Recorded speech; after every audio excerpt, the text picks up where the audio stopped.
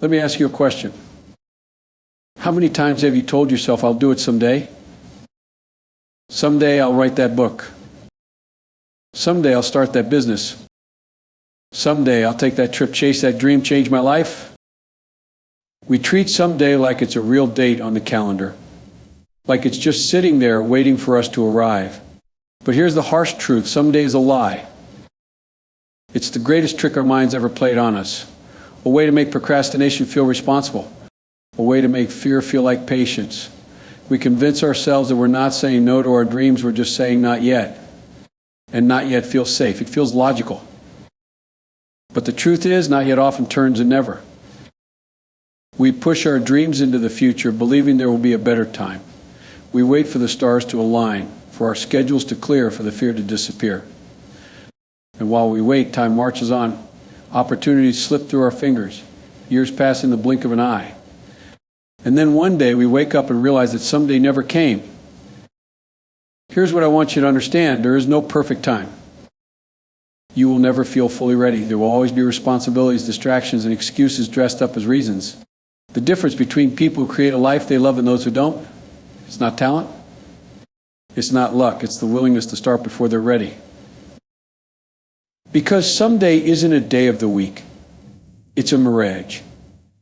It's an illusion that keeps you stuck. The only time you truly have is now. So stop waiting. Stop lying to yourself. There's no someday. There's only today. Fear masquerading is comfort.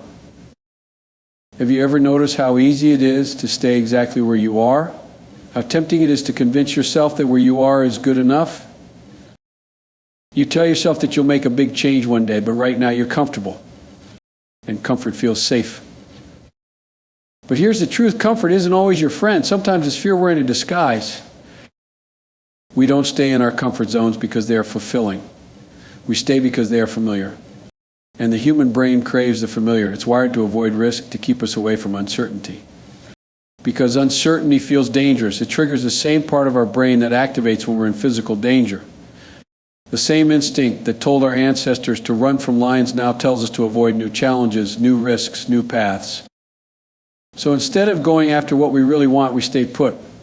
We build routines around our limitations. We tell ourselves stories like, I'll start when I have more experience. I'm not good enough yet. What if I fail? What will people say? But ask yourself, is it really that you're not ready? Or is it that you're scared?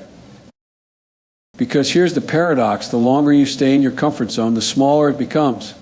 You think you're playing it safe, but what you're really doing is shrinking your world. You start saying no to opportunities that scare you. You start avoiding challenges that stretch you. And before you know it, you've built a cage around your own potential. Fear doesn't always look like panic. It doesn't always feel like anxiety. Sometimes it feels like Netflix and a couch. Sometimes it feels like a steady job you don't love.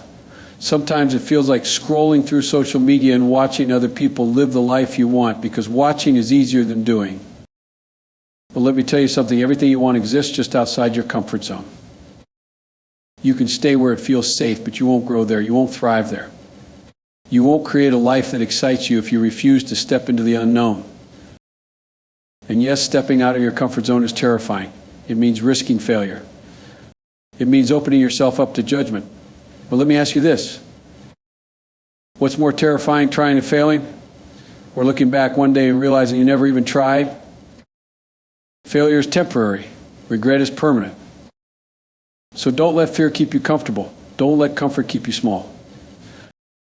Get uncomfortable. Be scared and do it anyway. Regret is heavier than failure. Failure hurts. No one likes to fail. It stings to pour your energy, time and art into something only to watch it crumble. It's embarrassing. It makes you question yourself, your abilities, your worth. It makes you wonder if you should have even tried in the first place. And because of that fear, we avoid it at all costs. We hesitate before making decisions, overthink every move, and sometimes we don't take action at all. We tell ourselves that if we never try, we can never fail. But here's something we don't talk about enough. Regret hurts more than failure ever could. Failure is a moment in time. It's a chapter in your story, not the whole book. When you fail, you learn.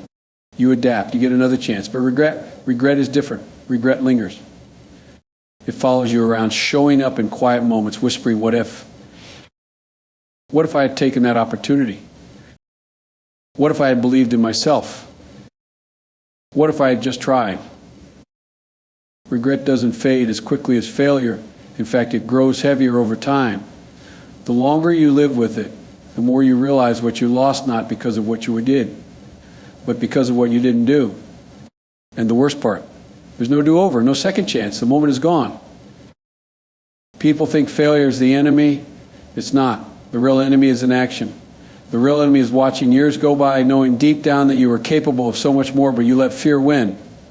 It's realizing that you played small, that you settled, that you allowed temporary discomfort to stop you from building something extraordinary. Regret sneaks up on you in ways you don't expect. At first it's quiet, just a passing thought, a small ache. But as time goes on, it becomes louder. You start to see other people doing the things you always wanted to do, and instead of feeling inspired, you feel that sinking weight in your chest, the weight of knowing you could have done it too, but you didn't. It's not the things we do that haunt us the most, it's the things we leave undone. The words we never said, the risk we never took, the dreams we let fade because we convinced ourselves we had more time. But time doesn't wait. Life doesn't pause for you to find the perfect moment. Every single day that passes is a day you can't get back. And slowly, without even realizing it, you trade possibility for security, dreams for excuses, passion for routine. You convince yourself that you'll do it later, and before you know it, later is gone. Failure, for all its pain, at least gives you something to work with. It gives you lessons, experience, resilience. It gives you a story to tell. But regret gives you nothing. Nothing except the realization that you had a chance to live fully, and you let it slip away. Comparison is a silent thief. It starts small. A harmless glance at some success, a casual scroll through social media, a conversation with a friend who seems to have everything figured out. At first it's just curiosity, but before you know it, that curiosity turns into self-doubt. You see someone traveling the world while you're stuck in the same routine. You hear about someone your age building a business while you're still trying to figure things out. You watch as people celebrate milestones, marriages, promotions, achievements while you wonder if you're falling behind. And just like that, comparison begins its quiet work. It doesn't announce itself loudly. It doesn't storm in and demand your attention. Instead, it sneaks into the small moments of your day. It turns excitement into insecurity. It turns gratitude into envy. It turns confidence into questioning. Comparison is one of the most dangerous forms of self-sabotage because it makes you like you're losing a race that you were never meant to run. It tricks you into believing that your timeline is wrong, that your progress isn't enough, that you look more like someone else's. But here's the thing, the version of life you're comparing yourself to, it's not even real. Social media is a highlight reel. People don't post their doubts, their struggles, their failures. They share the filtered, polished, perfected version of their lives, the vacations, the celebrations, the wins. You see the end result, but you don't see the messy middle. You don't see the years of hard work, the sleepless nights, the moments of doubt. You don't see the full story, and yet you measure your entire worth against that incomplete picture. Comparison steals your joy without you even realizing it. It makes you dismiss your own progress because someone else seems to be further ahead. It makes you overlook your strengths because you're too busy wishing for someone else's. It blinds you to the beauty of your own journey because you're constantly looking sideways, measuring, evaluating, doubting. And the worst part, it never ends. There will always be someone with more money, more success, more recognition. There will always be someone who seems happier, sadder, luckier, more put together. And if you live your life constantly measuring yourself against others, you will never feel enough no matter how much you achieve. Comparison doesn't just steal your happiness, it steals your focus. It distracts you from your own path, pulling you into a game that you were never supposed to play. Instead of using your energy to build your own life, you waste it watching others live theirs. Instead of celebrating your progress, you diminish it. Instead of moving forward, you stand still, consumed by the feeling that you're falling behind. But behind who? There is no universal timeline. There is no perfect pace. The people you compare yourself to have different challenges, different struggles, different paths. They are not you. Their journey is not yours. And yet you allow their highlight reels to dictate how you feel about your own life. And the more you do, the more you lose sight of what actually matters.